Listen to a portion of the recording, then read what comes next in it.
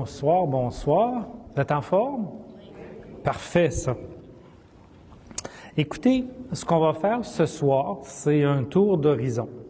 Un tour d'horizon d'une maladie qui, selon un sondage Gallup mené aux États-Unis il n'y a pas si longtemps que ça, surtout chez des gens de moins de 60 ans, mettait la maladie d'Alzheimer comme la maladie qu'il craignait le plus en 6e place, derrière le cancer, derrière les maladies cardiaques et une série d'autres maladies connues au niveau, par exemple, des infections.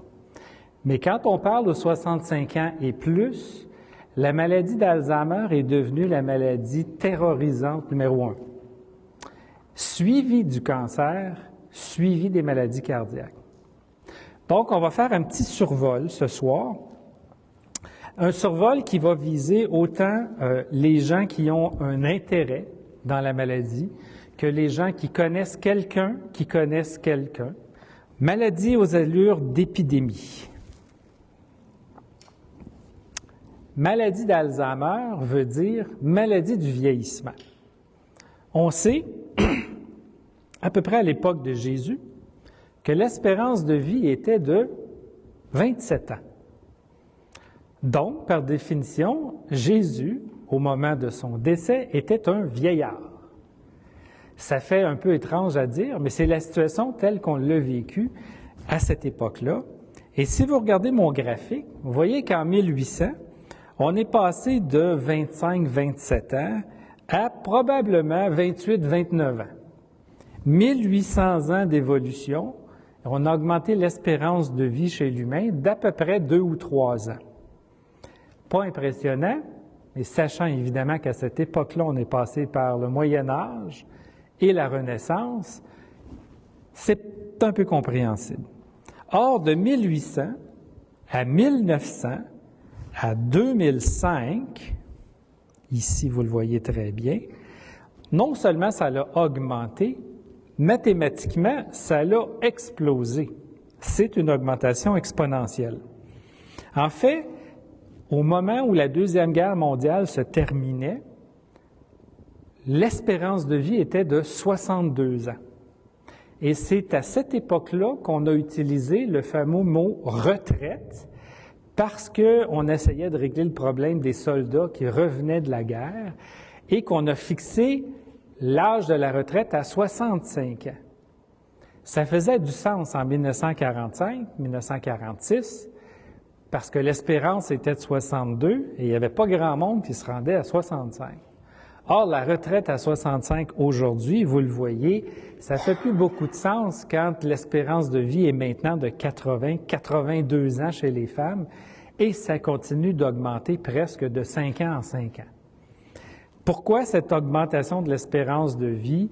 Cause principale, hygiène, ce qui a permis d'éliminer la deuxième cause en grande partie, les infections, infections bactériennes, infections virales.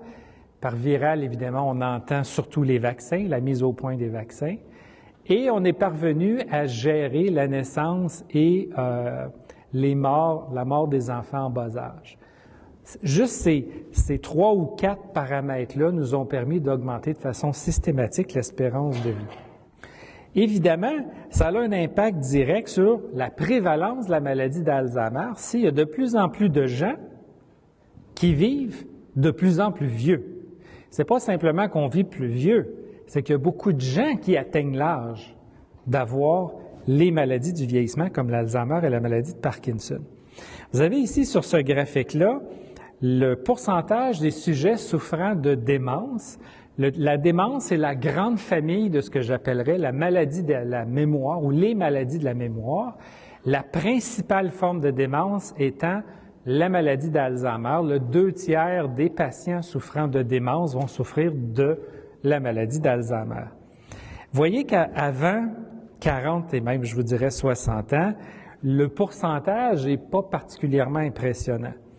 Mais entre 60, 80 et 100 ans, à 100 ans, c'est maintenant officiel, les dernières données qu'on a eues viennent de Boston, une étude américaine, et du côté de Seattle, c'est 50-50.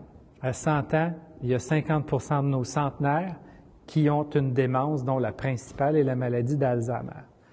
Donc, à 80, on est à 35-40 On ne parle pas d'une maladie qui est rare, on parle d'une maladie affreusement commune et qui, comme je vous disais, va de pair avec l'augmentation de l'espérance de vie et le fait que de plus en plus de gens qui vivent vieux, qui est aussi la bonne nouvelle.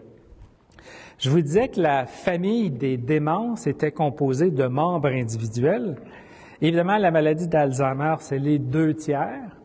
Il y a aussi ce qu'on appelle communément la démence vasculaire, qui essentiellement est l'équivalent de petits blocages de vaisseaux cérébraux, généralement de très petits vaisseaux. Quand c'est un gros vaisseau, c'est ce qu'on appelle communément un accident cérébrovasculaire ou vasculaire cérébral, là, dépendant du dictionnaire que vous prenez.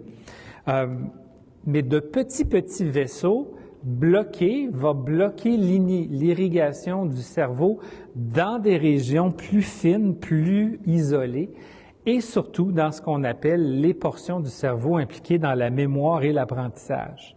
Et ces petits vaisseaux bloqués, parce qu'il n'y a plus d'oxygène ou il n'y a plus de sucre qui se rend jusqu'aux neurones, qui en consomment des quantités faramineuses, bien, il n'y en a plus, il n'y a plus d'énergie, donc ces cellules-là meurent.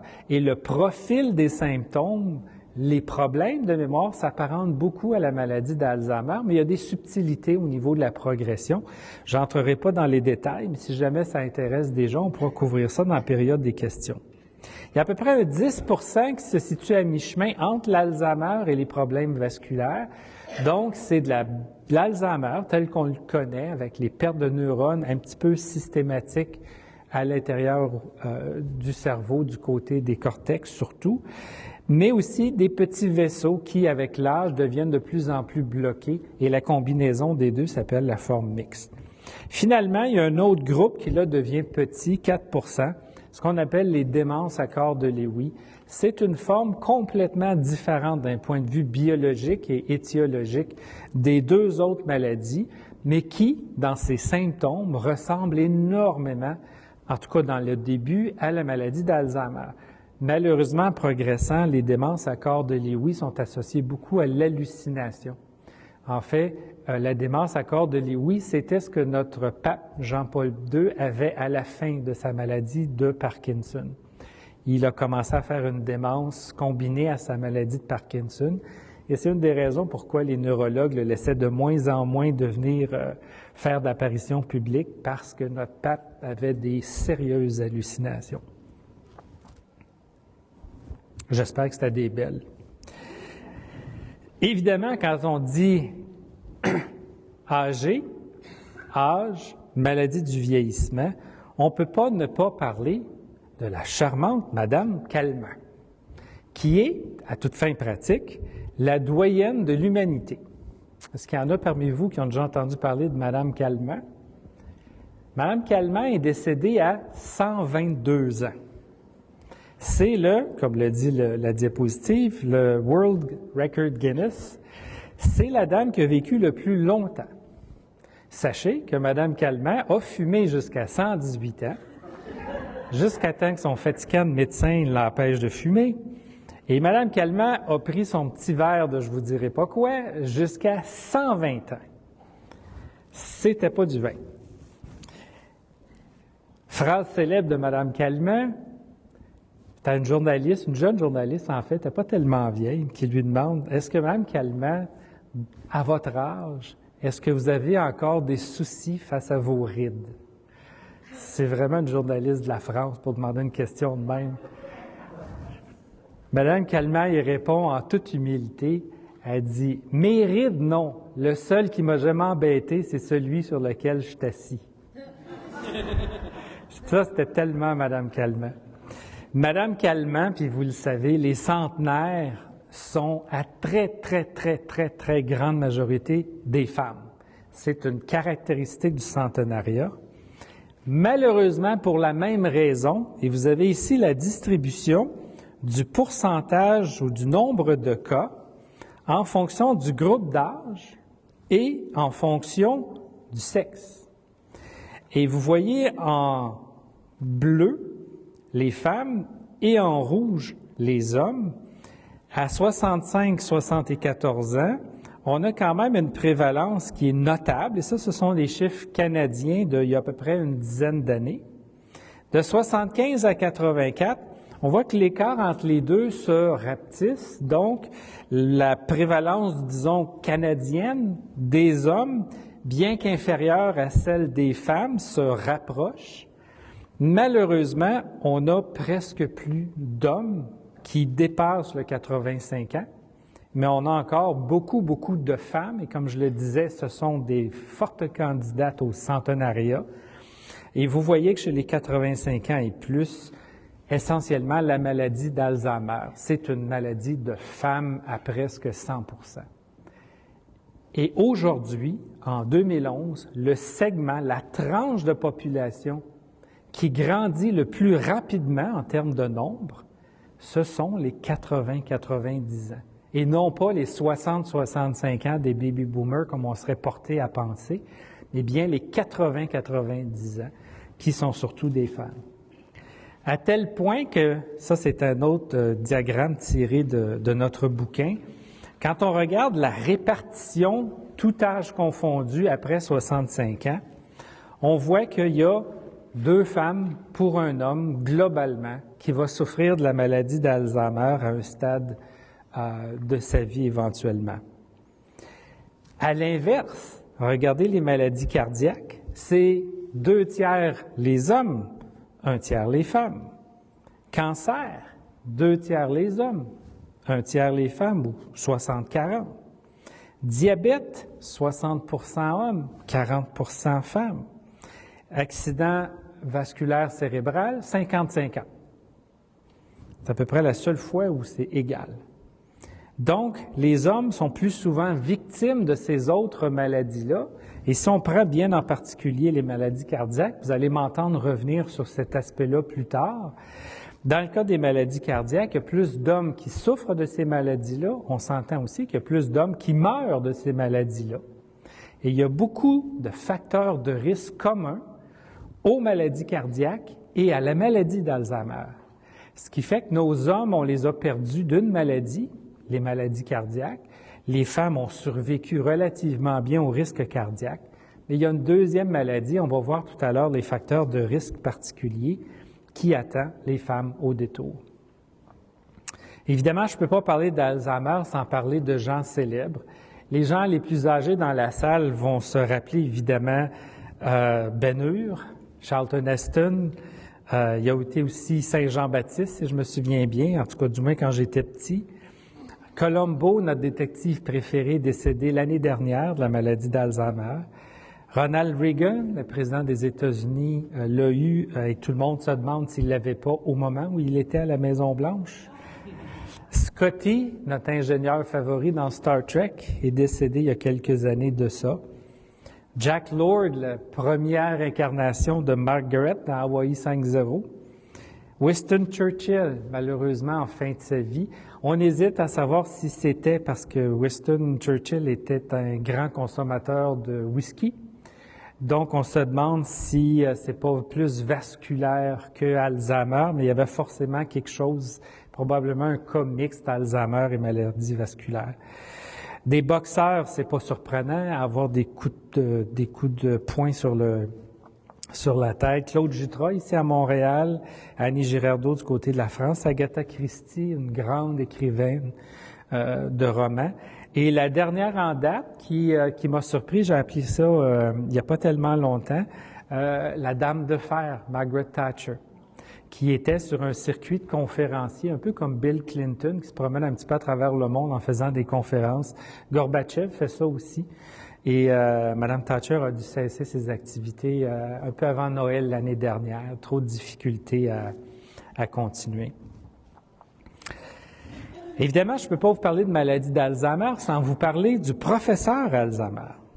Le professeur Alzheimer, qui est, comme vous pouvez voir sur cette photo, un peu différent de nos professeurs d'aujourd'hui, mais Alzheimer était particulier. C'était un psychiatre qui avait un intérêt pour la compréhension des maladies, la portion que je qualifierais de biologique de l'analyse des maladies sur lesquelles il travaillait.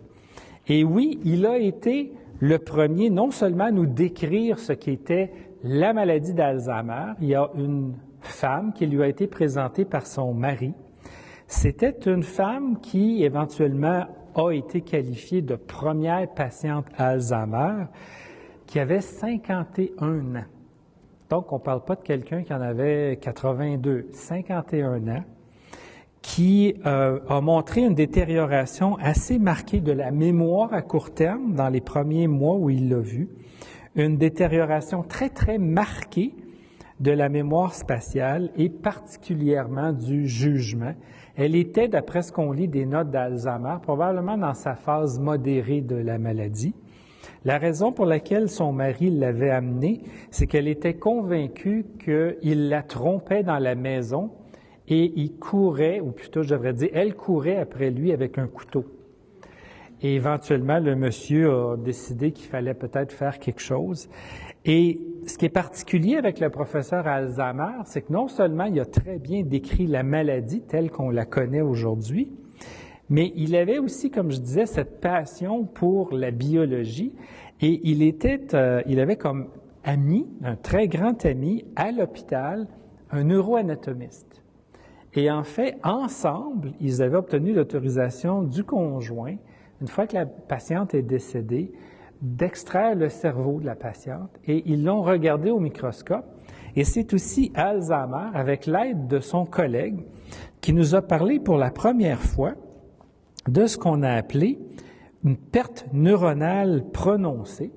Donc, il nous dit la maladie d'Alzheimer telle qu'on l'a vu évoluer chez cette patiente-là, c'est des neurones qui sont disparus dans plusieurs régions, plusieurs endroits à l'intérieur du cerveau, pas seulement dans une seule région, comme c'est le cas dans la maladie de Parkinson, et c'est très diffus et très global comme perte de cellules.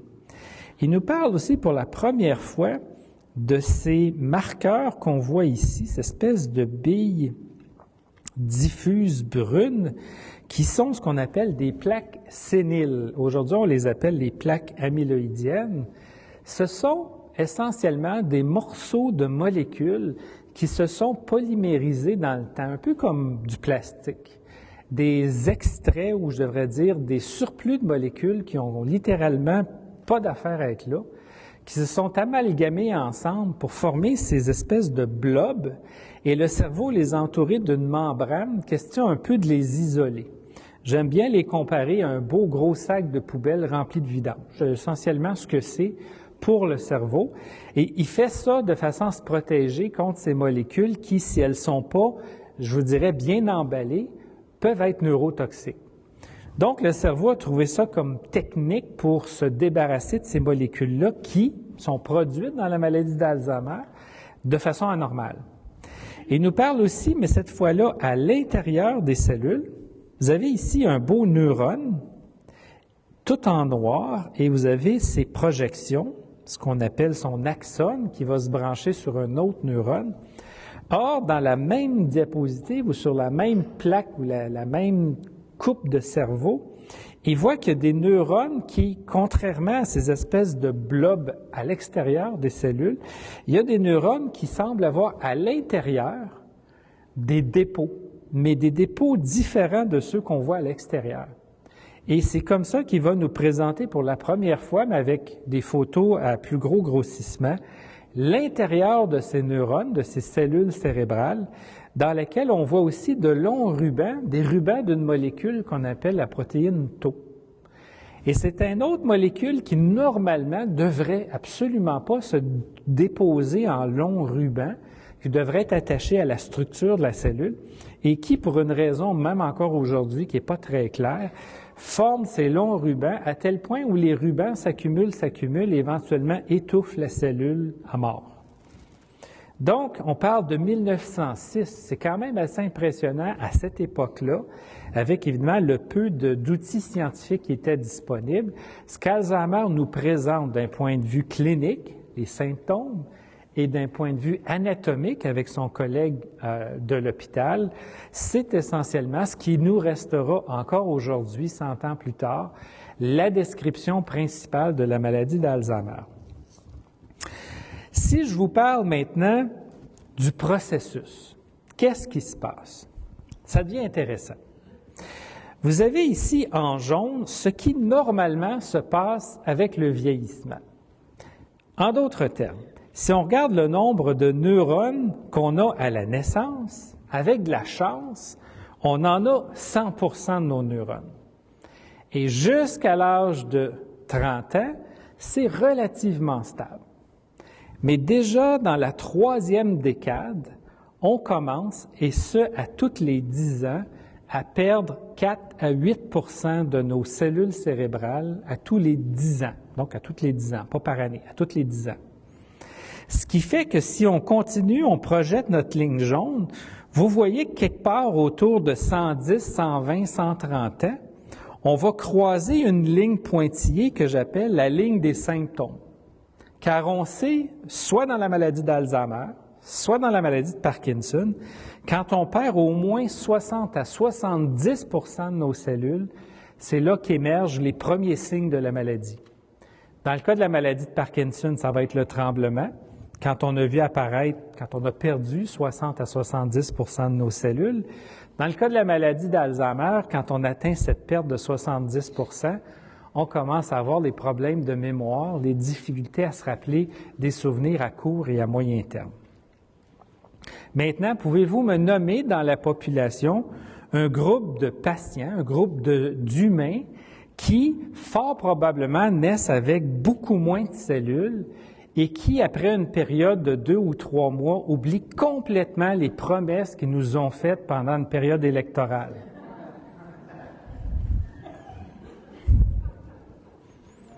C'est drôle, il n'y a personne qui a répondu, mais il y a bien du monde qui ont ri. Je me demande, j'aimerais ça d'en avoir un en dessous du microscope des fois. Ceci étant dit, il arrive quoi dans la maladie d'Alzheimer?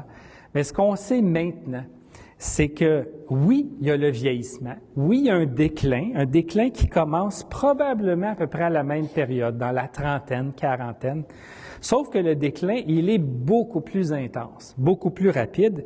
Et vous voyez, ma ligne bleue, Alzheimer, va croiser la ligne des symptômes autour de l'âge de 60 ans. Et en fait, si j'avais un cerveau qui, d'un côté, était un cerveau non Alzheimer autour de la ligne des 60 ans et que je comparais le nombre de cellules et l'activité biologique de ces cellules à un sujet Alzheimer, sur la ligne bleue, on voit qu'il y a un énorme écart entre la ligne bleue et la ligne jaune. Et de fait, je vous présente un bel exemple, c'est-à-dire 2 jumeaux. Celui à gauche, c'est un jumeau qui n'a pas eu l'Alzheimer. Celui à droite, c'est un jumeau qui a développé l'Alzheimer. Ce n'étaient pas des jumeaux identiques, c'était des jumeaux non identiques. Mais ce que vous avez ici, c'est ce qu'on appelle en imagerie cérébrale la consommation de glucose à l'état, je vous dirais, un patient qui est couché dans le scanner de façon calme. On ne lui fait pas faire d'exercice, on fait simplement prendre une photographie de l'activité cérébrale et on mesure la consommation du glucose, du sucre, donc l'activité de ces cellules. Et c'est un peu comme le principe du soleil. Plus c'est rouge, plus c'est jaune, plus c'est chaud, plus c'est intense, plus l'activité cérébrale est augmentée. Et alors que les zones froides, bleues, noires, sont des endroits où il y a plus d'activité ou pas beaucoup. Et vous voyez où j'ai tracé mes 2 cercles. Ils ont les mêmes parents, ils ont sensiblement les mêmes gènes. Celui qui n'a pas développé la maladie a un cerveau dans la région de la mémoire et de l'apprentissage qui est très chaud, alors que son frère, lui, a beaucoup de bleu, donc ces cellules-là sont parties. Des jumeaux, ils avaient la même âge, mais un était en haut de la courbe et l'autre était en bas de la courbe. L'imagerie cérébrale, j'aimerais vous dire que ça nous permet de faire un diagnostic d'Alzheimer, bang, comme ça. C'est pas le cas. C'est pas aussi noir et blanc que ce que je viens de vous présenter. En fait, c'est beaucoup plus dans les tons de gris. Le diagnostic d'Alzheimer aujourd'hui en 2011, dans le meilleur des cas, il est possible ou probable. Il va être définitif, malheureusement, c'est-à-dire qu'on est sûr que c'était la maladie d'Alzheimer, seulement quand la personne va être décédée, qu'on aura son cerveau et qu'on regardera au microscope. C'est le seul moment où on est 100% sûr. Avant ça, dans les cas probables et possibles, on dit qu'on est sûr à 85-90%. Il y a souvent un 10% d'erreur qui peut être une autre maladie semblable. Et pour ça, on va utiliser l'imagerie cérébrale. Par exemple, s'il y a eu un petit accident cérébrovasculaire, il n'est pas impossible que ce soit dans la région de la mémoire et de l'apprentissage. Ça donne un symptôme qui ressemble à la maladie d'Alzheimer. Or, en faisant un scan, on va voir un beau trou et on saura que c'est un vaisseau qui est à la base des problèmes de mémoire. Ce n'est pas une maladie d'Alzheimer. Donc, on utilise, par exemple, c'est pour ça que j'ai mis test biologique. On a les scanners. On utilise ces tests biologiques. Ce sont un test sanguin, un test au scan, ou même les tests génétiques qu'on a mis au point. Souvent, c'est pour exclure des maladies et non pas pour découvrir si c'est l'Alzheimer. Parce qu'on est encore à essayer de comprendre précisément quelles sont toutes les causes de la maladie d'Alzheimer, parce que c'est clair qu'il y en a beaucoup. Je vous donne un exemple. Pourquoi faire un bilan sanguin? Il y a une déficience qui s'appelle une déficience en vitamine B12. C'est généralement typique des femmes, souvent des femmes âgées, veuves, qui vivent toutes seules, qui n'ont jamais faim, qui mangent pas beaucoup ou qui mangent pas très bien et qui progressivement développent une déficience en vitamine B12. Au tout début, la déficience en vitamine B12, déficience sévère, s'apparente beaucoup au début d'une maladie d'Alzheimer. Problème de concentration, sérieux problème de la mémoire à court terme. On fait des choses, on ne se rappelle pas du tout, on pense à des événements, on ne se rappelle pas comment on s'est retrouvé là. La bonne nouvelle dans une situation comme celle-là, 1, c'est pas l'Alzheimer. 2, ça se traite. Souvent, ce qu'on va faire comme coup, on va dire aux gens, « Madame, vous allez être obligée de manger du foie 3 fois par semaine. » Là, c'est fait. Or, la réalité, c'est qu'on donne des petites gélules à peu près grosses comme ça, 1 ou 2 fois par semaine, c'est suffisant, ça rétablit la vitamine B12 et les problèmes de mémoire disparaissent. Donc, c'est pas parce qu'il y a un déficit de mémoire que c'est de l'Alzheimer. Il y a d'autres situations qu'on se doit d'éliminer avec les tests biologiques, avec les scans et même en génétique, pour être sûr que ce qui nous reste à la fin, si c'est bien l'Alzheimer, bien c'est bien l'Alzheimer. Et comme je vous disais, la façon définitive de le savoir, c'est malheureusement quand on le regarde au microscope. Quand on dit qu'au fur et à mesure que la maladie progresse, ça ravage le cerveau, vous en avez un exemple flagrant ici.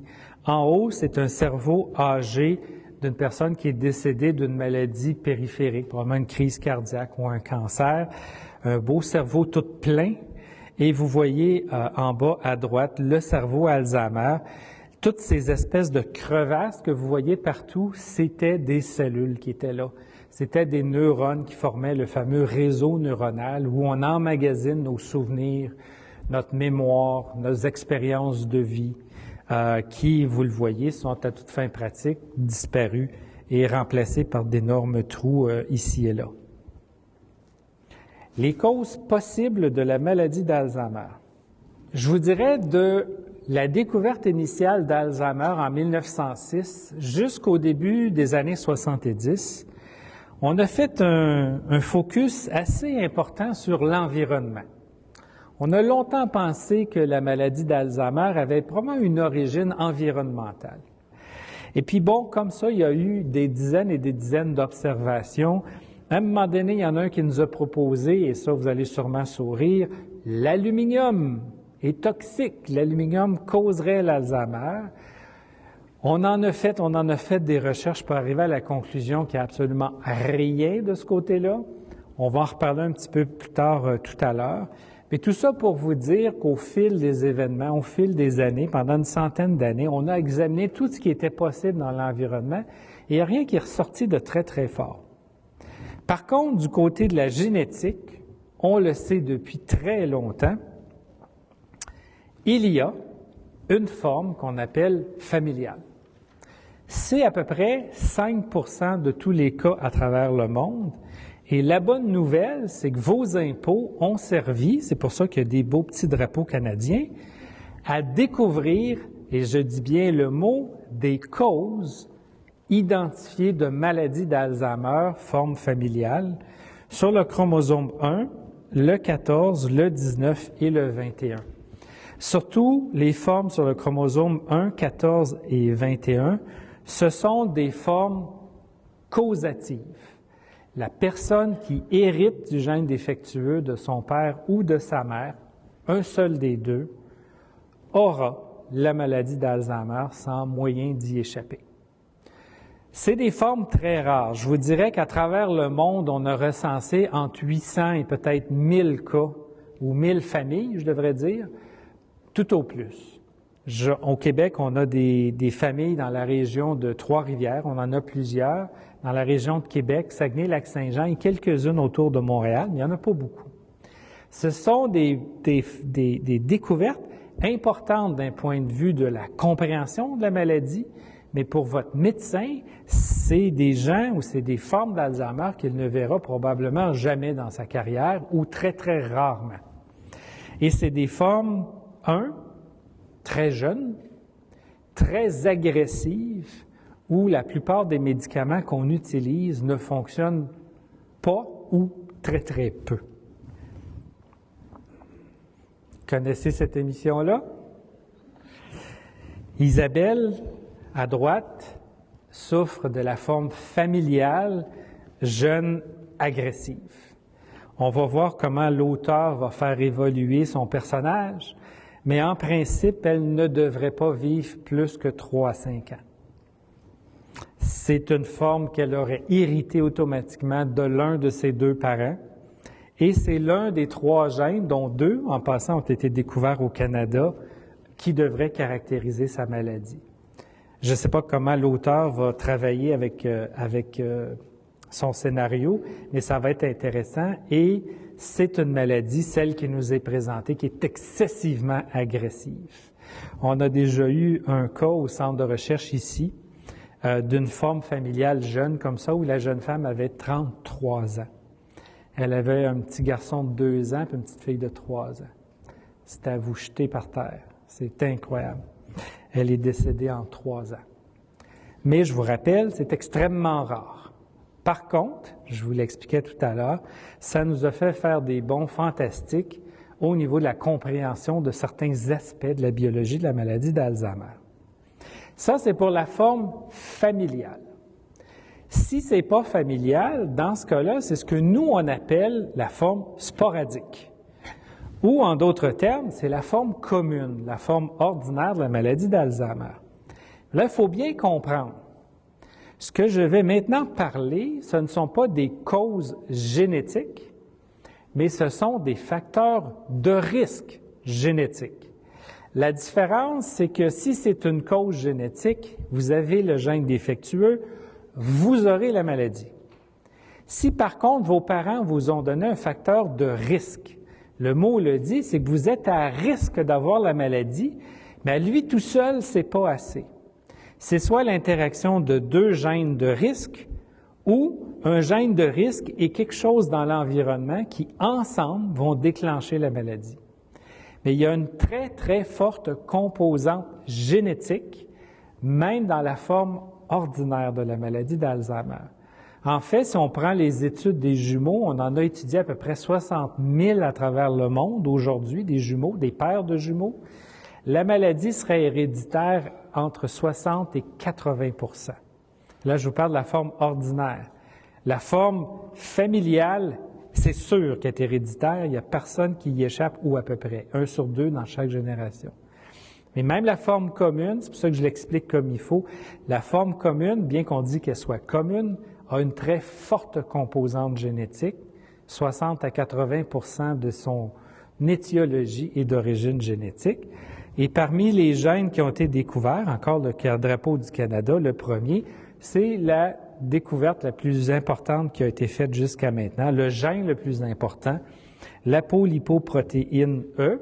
C'est une découverte faite ici, à 2 pavillons d'ici, par mon équipe il y a déjà plus d'une dizaine d'années. C'est un gène dont la fonction normale est de transporter le cholestérol, les graisses, d'une cellule à une autre, d'une région du cerveau à une autre, ou de la périphérie vers le cerveau, ou du cerveau vers la périphérie. C'est un peu votre camion de livraison universel des graisses et du cholestérol. Or, vous ne le savez peut-être pas, votre cerveau représente à peu près 2% de tout votre poids. Si on le sort, puis on le met sur une balance, c'est 2% de votre poids. C'est 25% de tout le cholestérol qu'il y a dans votre corps. Il y a à peu près, je vous dirais, la moitié du poids de votre cerveau, que c'est des graisses et du cholestérol. Et c'est ce que fait l'ApoE, c'est votre camion de livraison d'aller le chercher ou d'aller le porter. Et quand il y a un problème avec l'ApoE, vous êtes à très haut risque d'avoir la maladie d'Alzheimer un jour. Il y a pas tellement longtemps, 2 ans, 2 collègues à moi en France ont découvert l'apolipoprotéine J comme un nouveau facteur de risque extrêmement important, validé dans plusieurs études mondiales. C'est le petit frère de l'ApoE, c'est son partenaire de travail, je vous dirais, c'est son partenaire de mauvais coup. Les deux travaillent ensemble pour augmenter ou diminuer le risque d'avoir la maladie d'Alzheimer. On a aussi ce qu'on appelle le récepteur du complément 1. Je n'entrerai pas dans les détails, mais disons simplement que c'est un gène dont la fonction, c'est de contrôler la façon dont notre cerveau gère les infections et la réparation du cerveau quand il y a un dommage dû à une infection ou à un dommage lié au vieillissement, par exemple. Finalement, sur le chromosome 3, travail fait par un groupe d'Américains, répliqué par mon équipe il y a quelques années, la butyrylcholinestérase, c'est un gène qui, lui, est directement impliqué dans la mémoire et l'apprentissage. Là, le lien biologique, il est très évident. 30% des Canadiens avec la maladie d'Alzheimer ont une forme anormale de la butyrylcholinestérase, alors que nous, dans la salle, en principe, des non-atteints, il y en a simplement 4% qui ont cette forme bizarre-là. Donc, un enrichissement du facteur de risque dans la maladie d'Alzheimer de presque 10 fois. Donc, j'irai pas dans la biologie, c'est assez complexe, mais ça vous donne une bonne idée qu'on est maintenant sur des pistes très sérieuses sur ce qui est derrière l'initiation ou le lancement de la maladie d'Alzheimer. Malheureusement, pour ceux d'entre vous qui en avez dans la famille, ça vous dit aussi il y a une bonne composante familiale qu'on ne peut plus ignorer. Ce qu'on a longtemps ignoré parce qu'on se disait la familiale, c'est quelque chose, puis la commune, c'est autre chose. Les deux ont de très fortes composantes d'origine génétique. Maintenant, regardons les facteurs de risque. Et quand je parle de facteurs de risque, c'est dans un sens très large. On a fait des études épidémiologiques un peu partout à travers le monde et je n'ai retenu celles qui ont été bien répliquées, bien documentées avec des milliers, sinon des dizaines de milliers de cas. Donc, disons que c'est pas mal ce que plus crédible présentement en termes d'information qui est disponible. Facteurs de risque environnementaux. Dans l'environnement, il y a notre éducation. On sait que les gens qui ont un niveau d'éducation inférieur à 12 années, secondaire 5, sont légèrement plus à risque d'avoir la maladie d'Alzheimer que ceux qui ont plus de 12 années ou un diplôme universitaire. Vous pouvez le regarder de l'autre côté. Les gens qui ont des études supérieures sont mieux équipés pour combattre la maladie que ceux qui ont moins d'éducation. Il y a plusieurs façons de regarder ça. Certains neuropsychologues favorisent un angle. Moi, je favorise celui où, grâce à l'éducation, on est probablement, parce qu'en ayant été à l'école longtemps, on a appris à se servir de notre jugeote de façon, je dirais, diversifiée. Dans nos examens, on nous a habitués à répondre à des questions, à trouver des solutions, et possiblement, quand on fait face à une maladie, 2 personnes, une qui est moins éduquée, une qui est plus éduquée. Celle qui est plus éduquée va peut-être être plus capable de tricher avec sa maladie, trouver d'autres solutions qu'une personne qui a peut-être moins eu la chance de mettre son cerveau à l'exécution avec des problèmes et des situations comme celle-là. Ça, c'est ma vision des choses. Il y en a d'autres qui disent que c'est une prédisposition. Bref, il y a plusieurs explications, mais l'observation, elle est très réelle. Rappelez-vous, quand je vous ai parlé de maladies qui frappent la population, hommes versus femmes, je vous avais dit les hommes sont plus souvent frappés des maladies cardiaques, 2 hommes pour une femme, alors que l'Alzheimer, c'est l'inverse, 2 femmes pour un homme sont frappés par l'Alzheimer.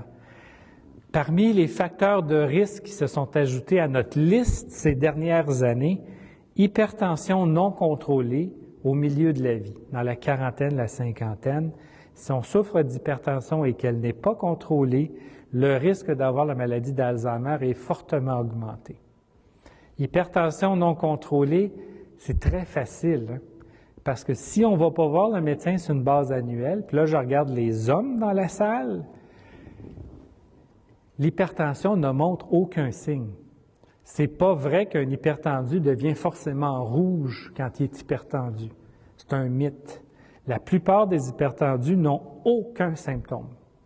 Or, comme je vous le dis là, c'est un facteur de risque cardiovasculaire, mais si vous survivez à votre risque cardiaque, c'est aussi un risque maintenant officiel de maladie d'Alzheimer.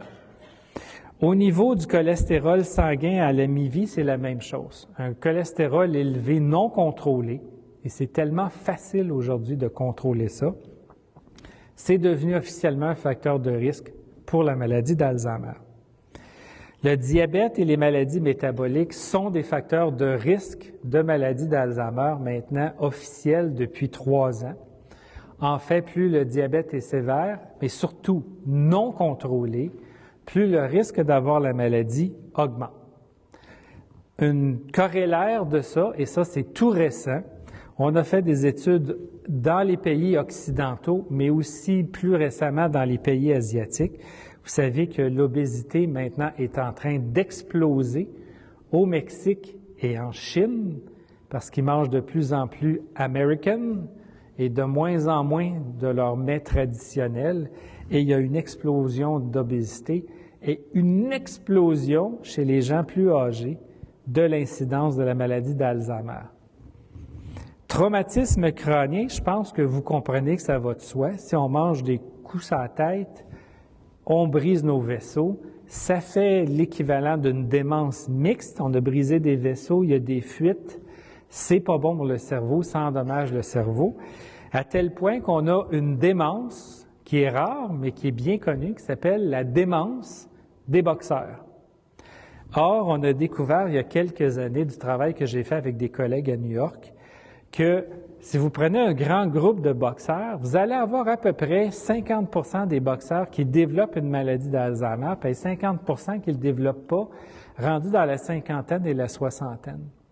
Et on avait de la misère à s'expliquer parce que ces boxeurs-là, dans l'ensemble, avaient tous eu des commotions cérébrales à répétition.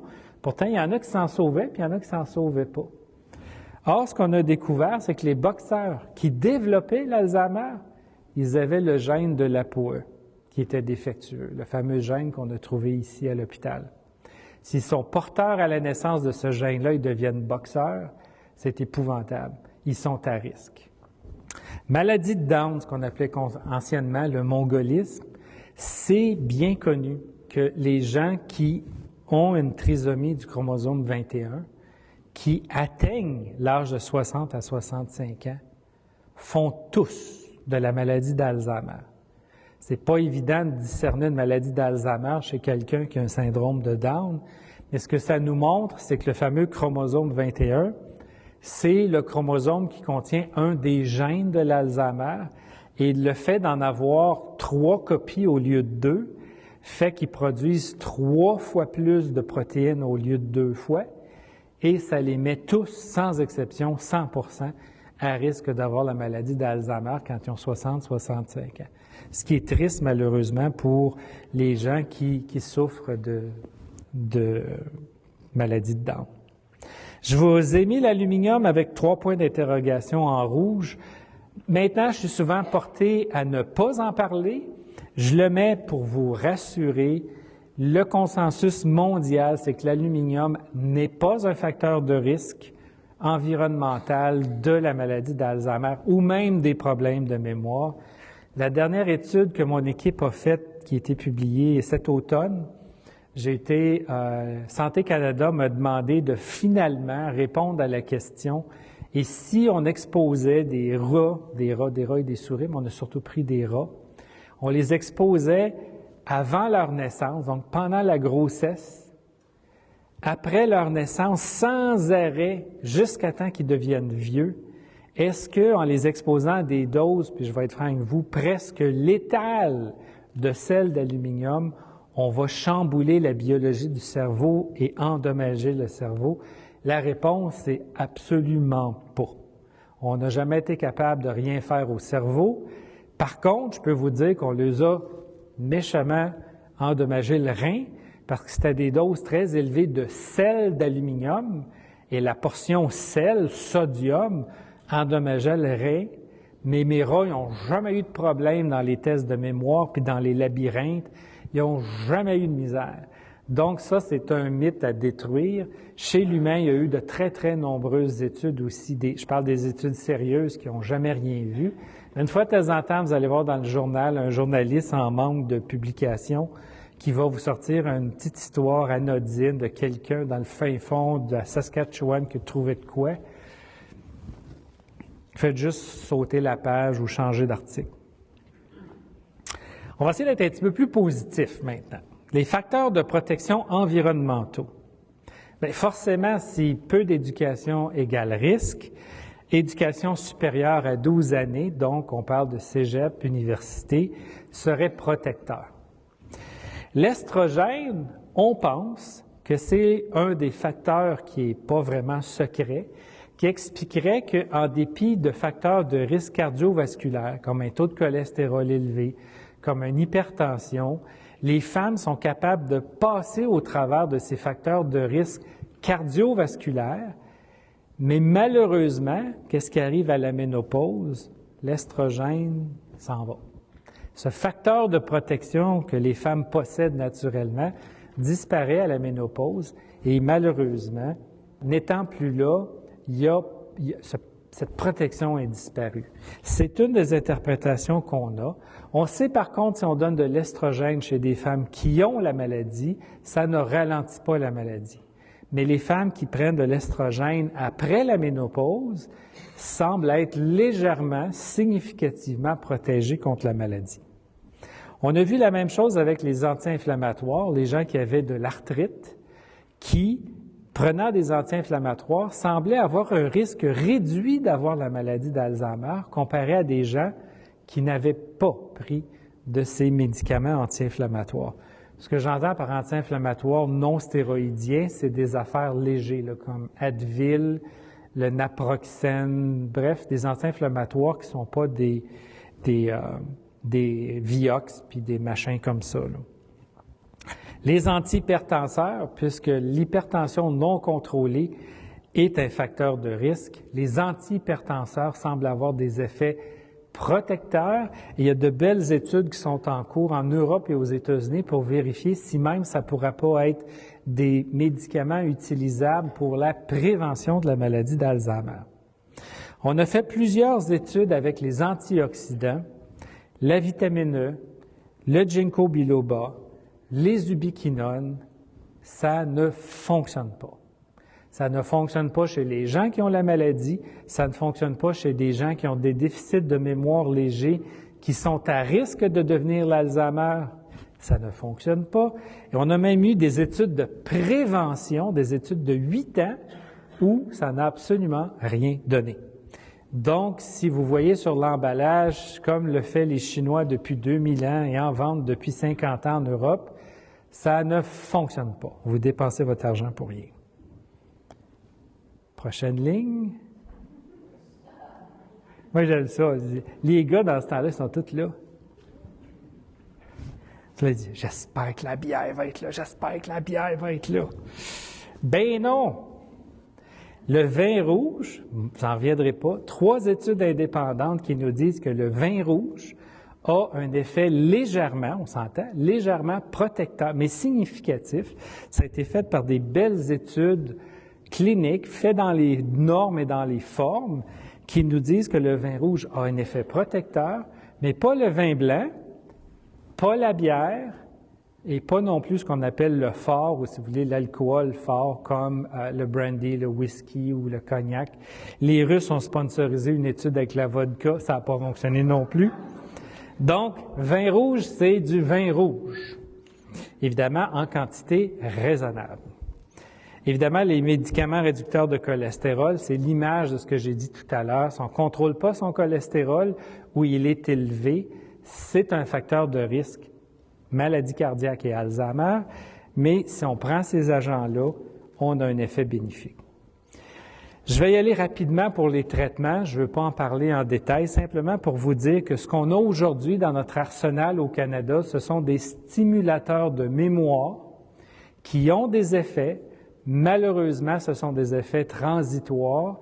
Ça dure 6, 12, parfois 18 mois et la maladie reprend son cours, malheureusement, et on n'arrive pas à la stopper. Ça n'a pas stoppé la progression de la maladie, mais ça a amélioré la situation, souvent la qualité de vie de façon significative, mais ça ne guérit pas.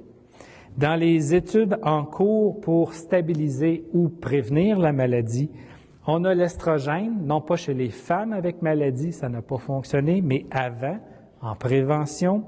Les anti-inflammatoires sont en prévention, en études de prévention. Les antioxydants, vitamine E, coenzyme Q, ginkgo, c'est mort. Ça ne fonctionne pas avant, pendant, puis même après, ça ne fonctionne pas.